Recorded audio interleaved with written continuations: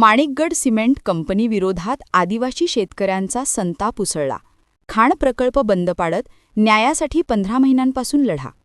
चंद्रपूर जिल्ह्यातील कोरपना तालुक्यातील कुसुंबी आणि बांबेझरी परिसरातील माणिकगड सिमेंट कंपनीच्या चुनखडी खाण प्रकल्पाविरोधात आदिवासी शेतकऱ्यांचा संताप अखेर उफाळून आला आहे.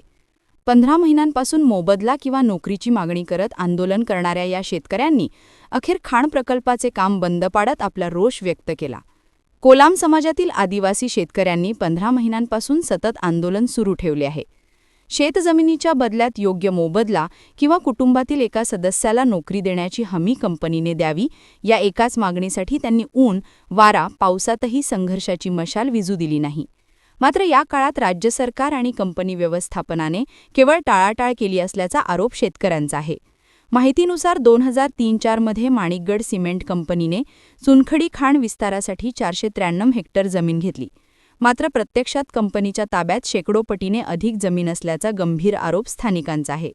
अनेक वर्षांपासून कंपनीने मोठ्या प्रमाणावर खोदकाम करून हजारो कोटींचा नफा कमावला, परंतु प्रकल्पग्रस्तांना न्याय मिळालेला नाही. या अन्यायाविरोधात शेतकऱ्यांनी तालुका प्रशासन, जिल्हाधिकारी कार्यालय, वन विभाग, महसूल विभाग अशा सर्व दालनांचा दरवाजा ठोठावला.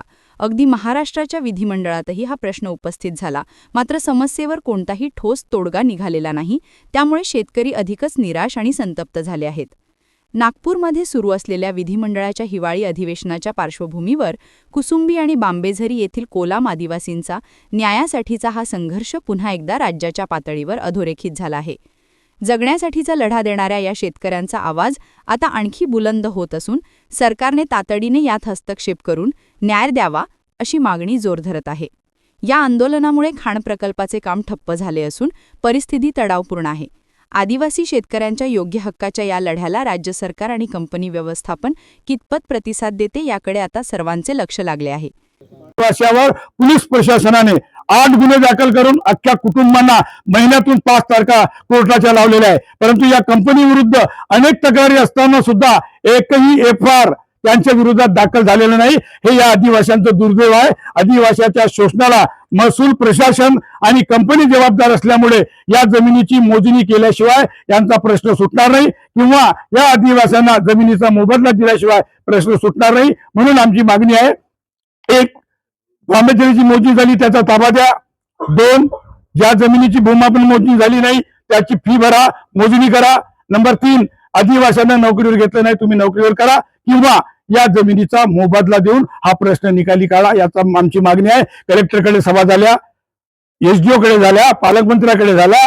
आता हे इतके निराश झाले की कोणीही पुढाकार घेऊन निर्णय घ्यायला तयार नाही आणि महसूल प्रशासनाच्या घोडामुळे हा आदिवासीवर अन्याय झालेला आहे. आमचा जमीन मोजणी करावा आणि स्थानिक आमचा जमीन आपल्याला लेवल करून द्यावा. त्याचा डम्पिंग टाकून आहे, कोणाच्या शेतीला गड्डे करून आहे, असं हर एक प्रकारचं ते पूर्ण झाडा गिरते पूर्ण होऊन आहे. तर हे 30 वर्ष होत आहे. 30 वर्षापासून झाडं वाढले आणि त्या जागेवर डम्पिंग माती टाकून दिले आणि गड्डे करून टाकले. तर ते जागा आमचा लेवल करून द्या, मोजणी करून आम्ही किती आमच्या